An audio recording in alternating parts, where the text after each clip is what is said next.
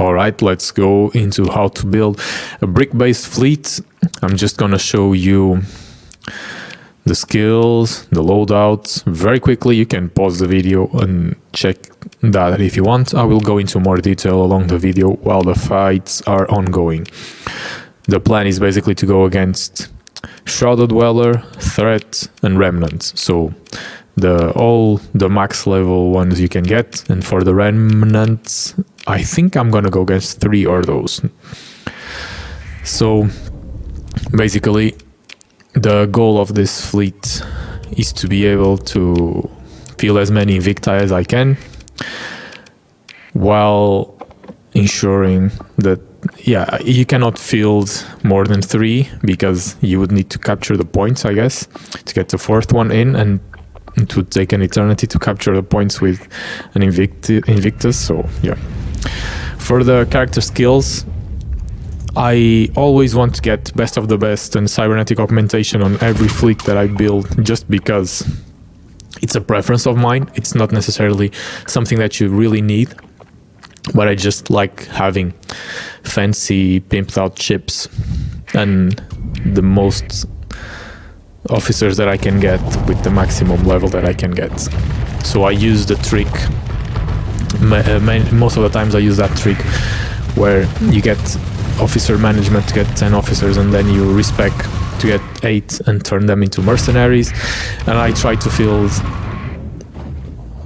almost all ships officered. I try to get officers on every ship through this. It's very laborious, but I find that it feels kind of nice when you have an officer on every ship with all those cool elite skills that you get from cybernetic augmentation. So for this specific fights, I'm gonna give you a few tips on each one if you want to do them with this fleet. The Shrouded Dweller is actually really easy. You basically just put eliminate orders on the Invicti for the maximum priority targets, like the eye.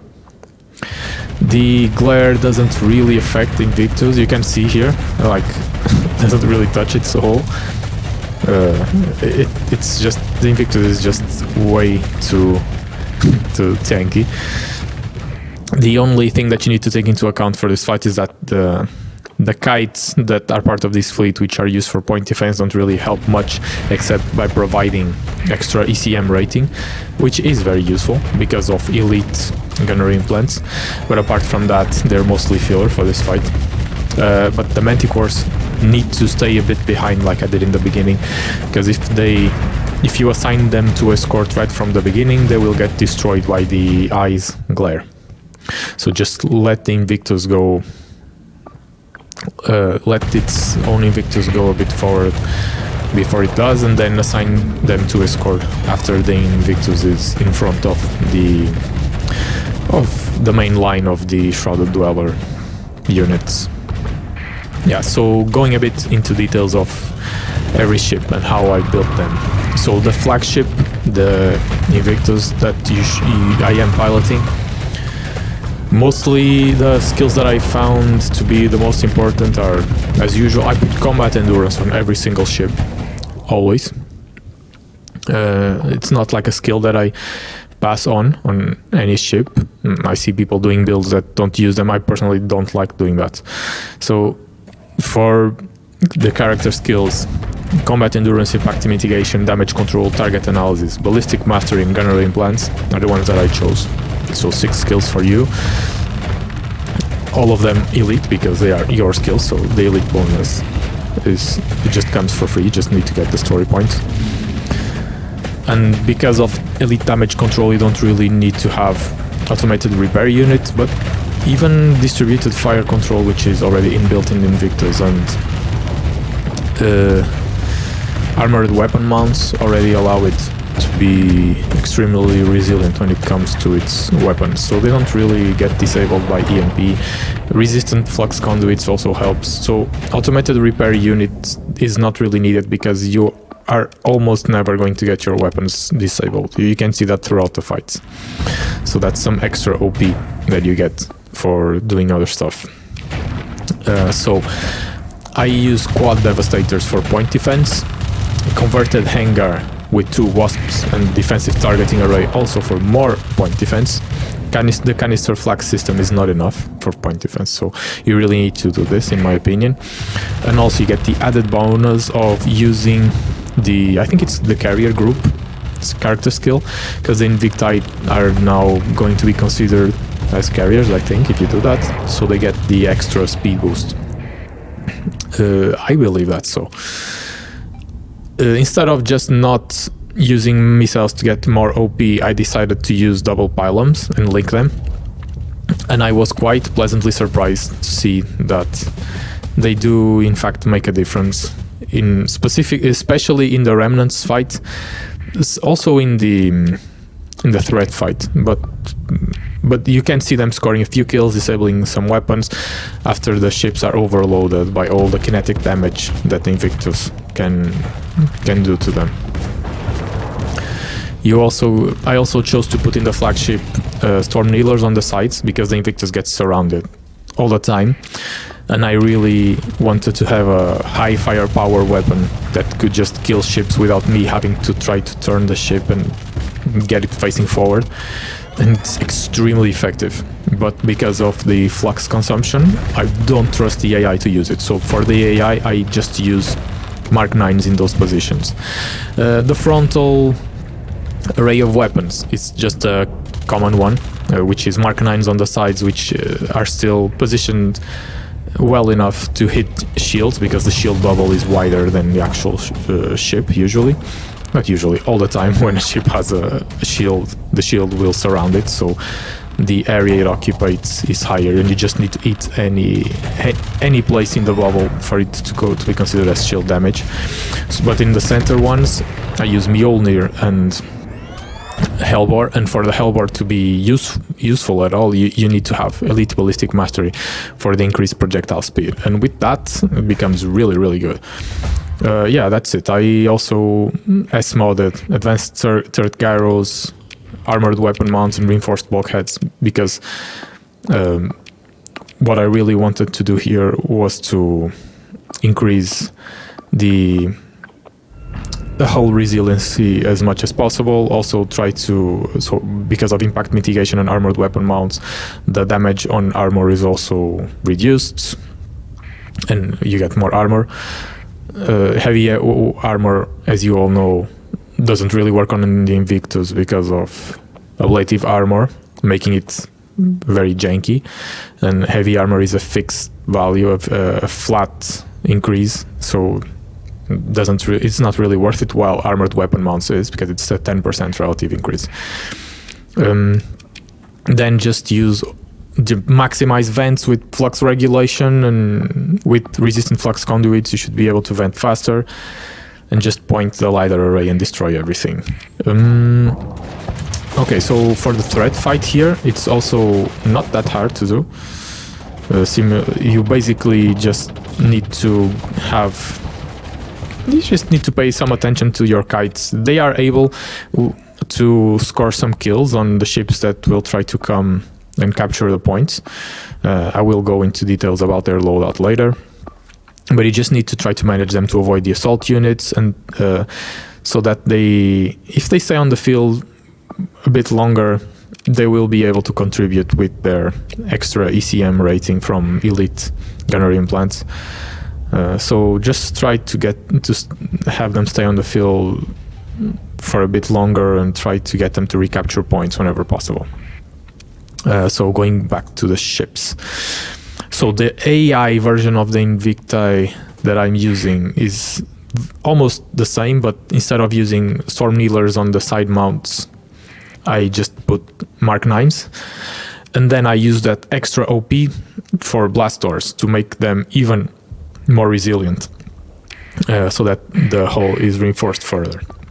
The skills for the officers that are piloting them are combat endurance, impact mitigation, damage control, target analysis, ballistic mastery, and systems expertise, which I do not use on the captain, on the player, because it's a capstone skill, and I would need to spend an extra red skill to get it. So I don't think it's worth it here. But for the AI, it's very important because you can activate lidar array more often. Yeah, by the way, just for the threat fight, this is a triple threat. It's also similar to the Shrouded Dweller in the sense that what you want to do is order the Invictus to eliminate the Fabricator and just tell it to go forward. You will see like this wave of pylons. When they do get through the point defenses, they manage to do some damage. I don't remember if in this specific fight we were able to observe this, but we might be able to, and it just looks so cool to see them spammed across the screen. And yeah, so keeping with the Invictus loadout for the AI captains. Yeah, systems expertise elite, also for the damage reduction. Impact mitigation is elite for the extra maneuverability, and ballistic mastery always needs to be elite in this build because of the Hellbore. Otherwise, the Hellbore doesn't really help at all. Okay, so now you can see that, like in the threat fight, it's very clear that the point defense is extremely good with this fleet. I'm particularly happy about that. And that also ties in not just to the way that I built the Invicti, but also to the Manticores themselves. So for the Manticore, what I am doing is trying to take advantage of integrated point defense AI and elite S-modded integrated point defense AI and elite point defense, the skill, to get the light needlers to an extra 200 SU range. And if you do that, in order to get the best synergy possible, I decided to go with the Devastator in the large ballistic slot, because it's also a point defense weapon, and it gets that extra 200 range as well. Then they are just built as escort ships, so with S-modded escort package, S-modded integrated targeting unit, just because it's an expensive S-mod, then advanced turret gyros and armored weapon mounts as hull mods, all in on vents, whatever you have left over. And on the missile slots, I'm doing a cheeky thing, and I am using the Omega antimatter SRM missiles, which you do need to be lucky to get them to drop. But instead of using just pylons or leaving those slots empty, or salamanders, these do really make a very big difference, because the light needlers and the Devastator, I don't think are like they don't have such a huge hit strength from what I see, at least I didn't check the numbers, but I think they don't.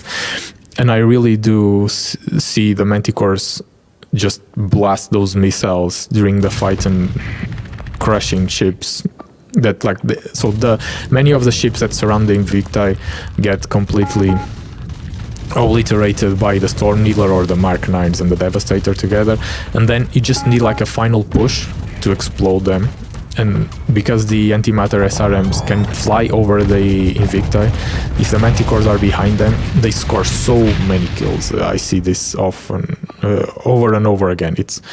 They are really, they just fit in like a shoe. I mean, those missiles are incredible. They are always best in class option.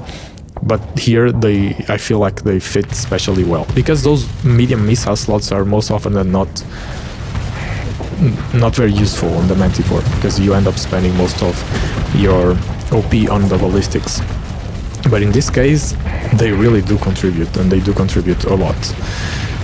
But yeah, with the Devastator, together with all those point defense skills and hull mods, it ended up doing a very good job at point defense in general, which is very important for the threat and also then for the remnants, because of all the flash bombers. If the remnant feels a lot of scintillas, that ends up being very important. So for the actual officer skills that I'm using on the Manticore: combat endurance, impact mitigation, point defense, target analysis, missile specialization, and ordnance expertise. Ordnance expertise is extremely necessary, but the elite ones are point defense because of all the because of the light needlers and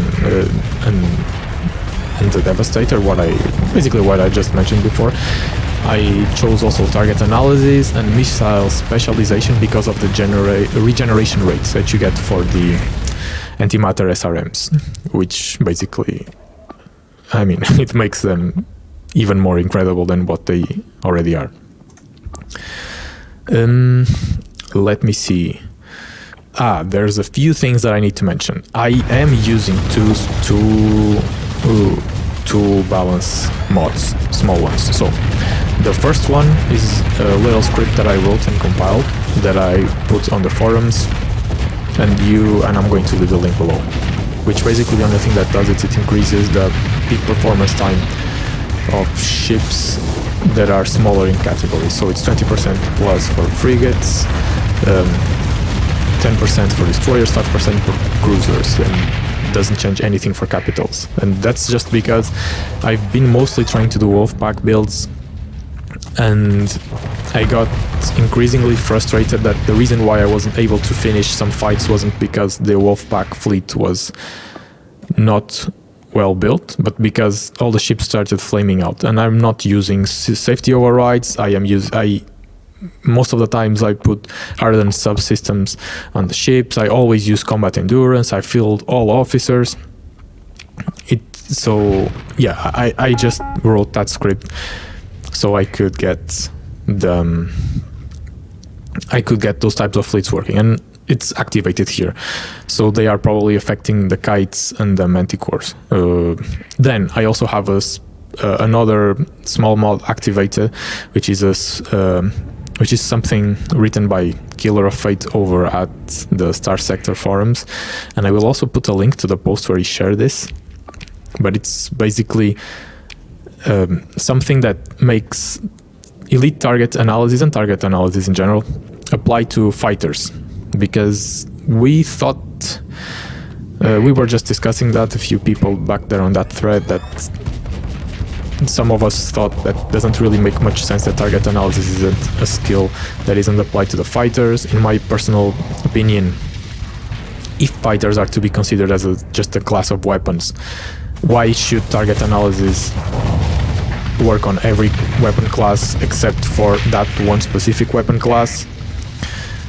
So I don't think it makes much of a difference in this specific fleet, just because it's just the Wasps, and it would be the damage of the Wasps against other ships, and the Wasps are being used as point defense. But I still need to mention it. Yeah, it's just a beauty thing. When like the two lidar arrays lines of fire cross and intersect in the same ship, it's just devastating. Alright, so next I'm going to go into the final fight to showcase. You could see that the threat wasn't terribly hard, but the Remnants. Now this fight usually it's the one that I have an easier time with when I'm building these endgame fleets, but in this case it was harder than the other two. The other two were quite easier than I expected, but this one the flagship was almost getting destroyed. I got many ships that were destroyed and not just the Kites. This one was really rough. I think it's 3 Ordos. I'm not entirely sure if they were just 2. It's 700 and something DP. You will see that in the combat results later.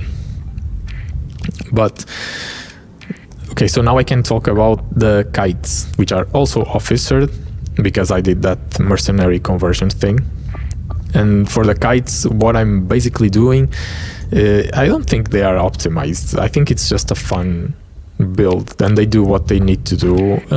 The fact that they have such a low deployment point cost makes it so that I can spam elite gunner implants and get all the extra ECM bonus from each of them. So, but the Kites are built like point capturers. I S-modded hardened subsystems, shield conversion front, and unstable injector. So then I gave them the expanded missile racks as a regular hull mod. The I'm using Atropos on each side of the missiles, and I am using a light dual machine gun in the center.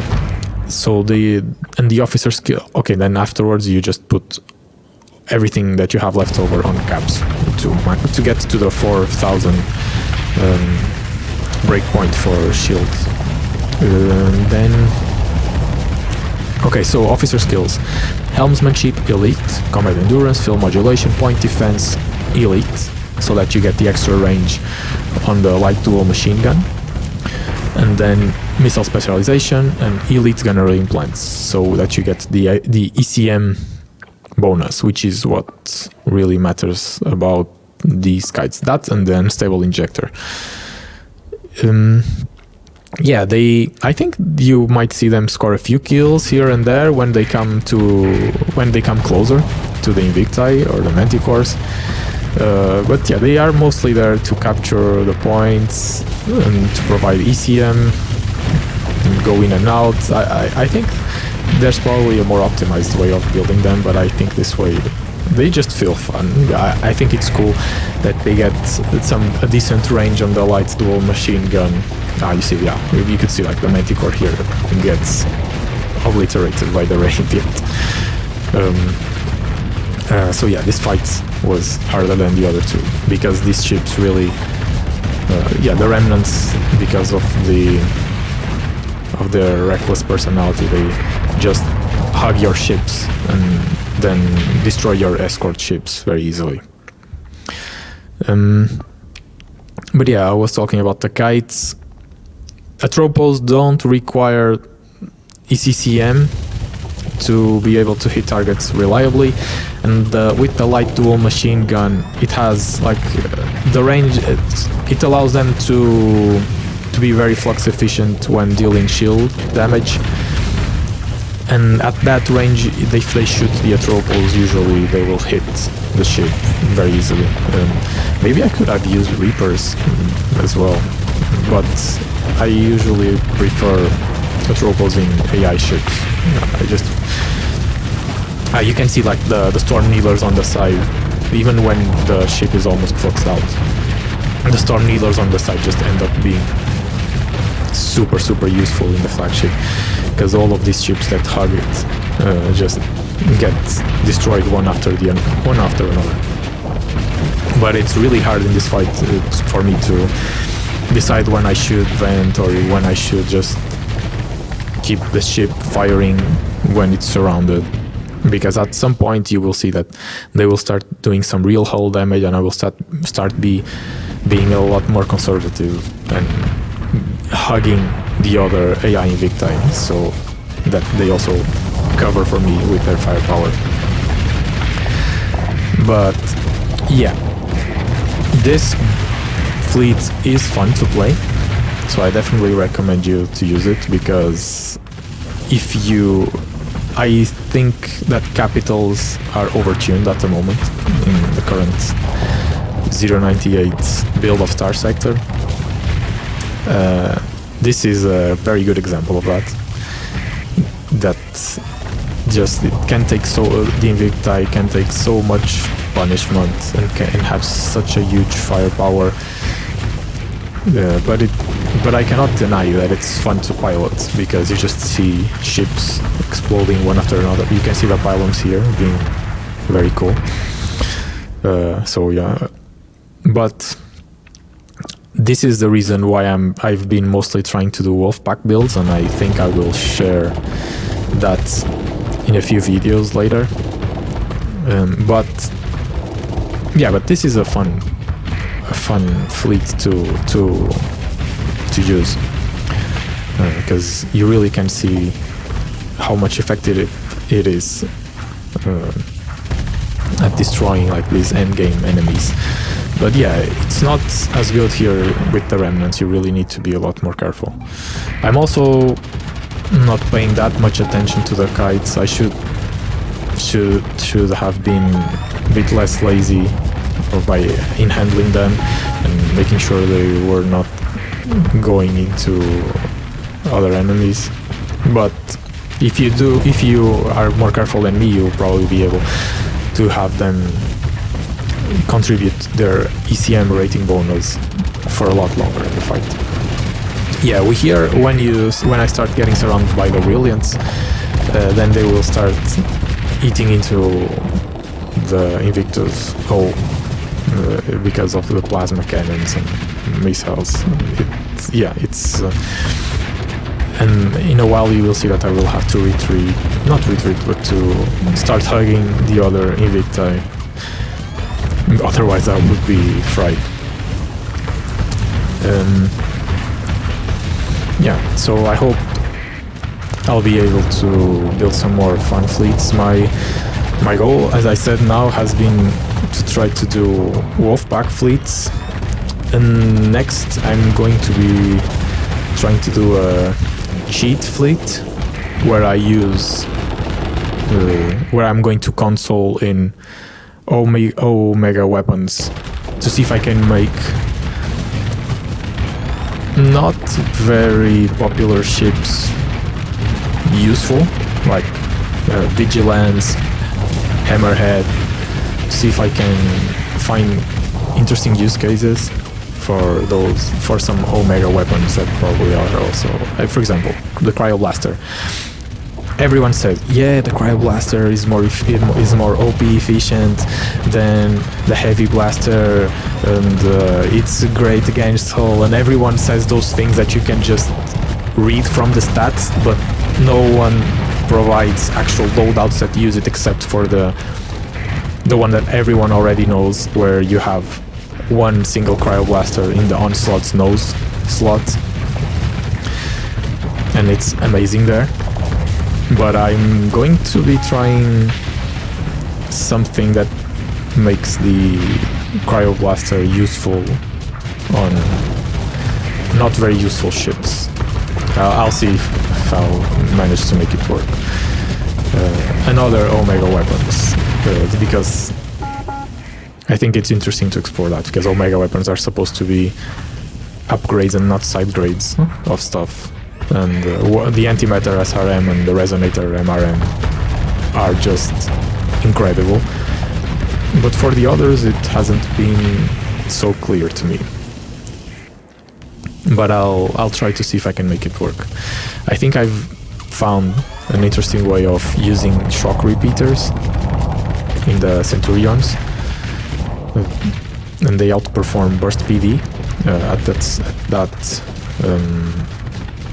at that same roll. But yeah, let's see. Yeah, I think I can just leave you with the rest of this fight, and you will see how miserable my ships are at the end. The Invictus here that I'm piloting almost has no hull left. But yeah, but it was definitely a fun fight. Yeah, this is a fun fleet to work with. I have to say that. If anything, if you want to build a similar one, it's not because you are probably going to be focused on maximizing your DPS per deployment point, but just because it's a fun one to use. And it's simple, you only have 3 types of ships with very defined roles. So the narrative is also simpler. Yeah, combat results, you see, 700 and something deployment points. Yeah, and Storm Needlers provide a lot of damage. Alright, I think that's it. Nothing much else to add.